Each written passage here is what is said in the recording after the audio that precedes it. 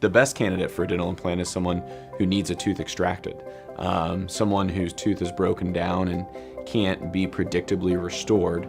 The best case scenario is at the time that that tooth is extracted, an implant is placed at the exact same procedure. Other patients who have been missing teeth, maybe for several years ago, they had a lower molar extracted.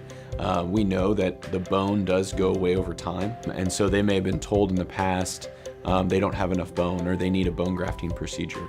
In our office, that's an unusual occurrence. I would say 95% or more of the time, we're able to place an implant without any sort of grafting procedure. And I would say in my experience, well over 99% of people are good candidates for dental implants and rarely even need bone grafting procedures at all, although sometimes they do, maybe 5% of the time. But for almost every patient, there is a solution available to replace that missing tooth with a dental implant.